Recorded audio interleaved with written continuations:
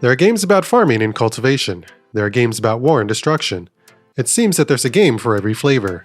But what about the humble square? Should our quadrilateral friend be relegated to obscurity? I would hope not, and thankfully, I'm not alone in my hope. This is Square on Sale.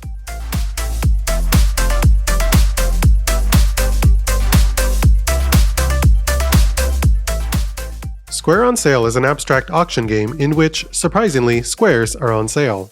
But before I explain any further, I need to preface this entire video by noting that I cannot read Japanese, and the only translation I was able to find was for an old edition. I think I've been playing correctly, but there is a chance I've missed something in translation. With that out of the way, let's look at how the game works. The goal of the game is to collect the most points by the end. Each gem you collect is worth 1 point. Also, every square with your block at the top of the stack will be worth a number of points equal to the number of blocks in the square. This square, for example, would be worth 4 points to the yellow player. At the beginning of your turn, remove 1 money token from each uncovered stack you have in the center squares and return them to your supply. Then, reduce each countdown marker on your money stacks by 1. If this brings your marker to a 0, remove it from the board and you claim that square by placing one of your blocks and take any gems on that square. You also claim any squares between the newly captured square and any squares you already own. In this way, you can significantly alter the landscape of the board. Finally, to end your turn, you'll place 1 gem from the supply onto one of the center squares without a player piece. The game ends when 1 player runs out of blocks or all the squares have been claimed. This simple rule set belies a fiendishly clever auction game. With every bid, you're setting off a chain of events that has to be carefully considered by every player at the table. First, there is the element of timing. The bid kicks off a timer that won't resolve for at least 2 rounds.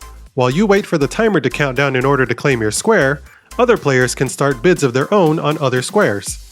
With bids counting down all around the board, things can get a little hairy, but it's a beautiful kind of tension that builds as you weigh your options. Do you jump into an auction and disrupt someone's carefully laid plans, or do you stake claims elsewhere? And let's take a closer look at what happens when you outbid someone. Simply place more money on the square than the current bid and take the countdown marker from the previous bidder. Great, you've got the high bid, but you've also delayed the timer just a little bit.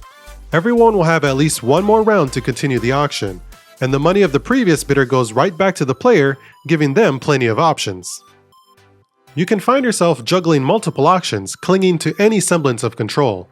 And when you finally do win, your money is tied up on that square as you watch your opponents bidding all around the board, and you'll be wishing you had some of that money back in your purse. And finally, there's the spatial consideration.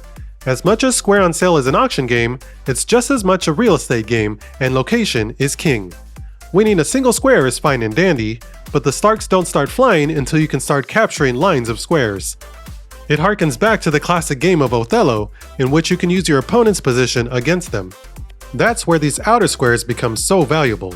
If you can manage to claim squares on opposite ends of the board, you can turn the tides in a huge way. But there's a catch. Remember how you collect money from every stack in the center every turn? Well, that's not the case for these outer squares. The only way you can get money from the edges is to forego any bids on your turn and collect 1 money token from each square along the outside. Winning a bid here will not only tie up your cash, it will do so at the expense of your tempo. And this is what I love about Square on Sale. There's a trade-off with every action that you take. Being in a state of slight discomfort is exactly the feeling I want when I play games. I can feel good when I make a strong move, but I don't feel safe. The last thing I want to do is feel safe. When I place a bid, I know I'm taking a hit to my liquidity. When I capture squares, I know it's just a matter of time before someone will swoop right in. I can feel my pulse as I watch turn order move around the table, hoping by some miracle it will make it back to me so that I can win my auctions.